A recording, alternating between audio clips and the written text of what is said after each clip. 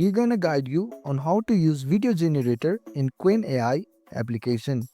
At first you have to be on the home screen.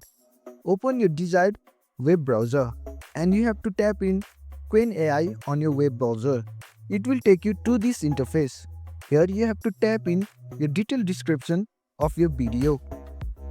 Let's type video of a cat playing and you have to select the video option from down below. As you can see, in this version the option is not available, but for you it might be. So you have to click on the video option. It will generate you the exact description that you have wrote in the chat, and you can either download it or play it. So this is how you generate video in Qwen Ai. Thanks for watching. If you found this helpful, give it a thumbs up and consider subscribing for more tutorials.